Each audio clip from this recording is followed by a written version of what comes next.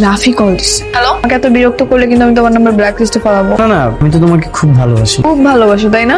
আমি ওর cousin Lisa বলছি। হ্যাঁ বলো। তুমি যদি নীলাকে ভালোই বাসো তাহলে ভালোবাসার প্রমাণ দাও। বলো কি করতে হবে। এখন তো অনেক রাত, এই মুহূর্তে নীলার জন্য আইসক্রিম আনতে পারবে? আমি আসতেছি। ও পারবে না। ছেলেটা হ্যান্ডসাম আছে। আসছো? তো আসবো না। বুঝছি তুমি অনেক কিছু পারো। তাহলে কি আমি পাস? তোমাকে আরো অনেক বেশি পরীক্ষা দিতে হবে। যাবো? যাও।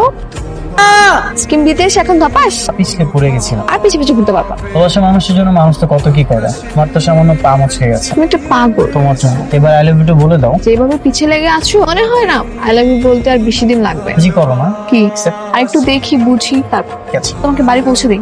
সমস্যা নেই, আমি একাই যেতে পারবো। তোমার ক্রাশ তোমাকে বলছে বাড়ি পৌঁছে দিবে আর তুমি ভাব দেখাচ্ছ। ঠিক আছে চলো, আমাকে পৌঁছে দাও।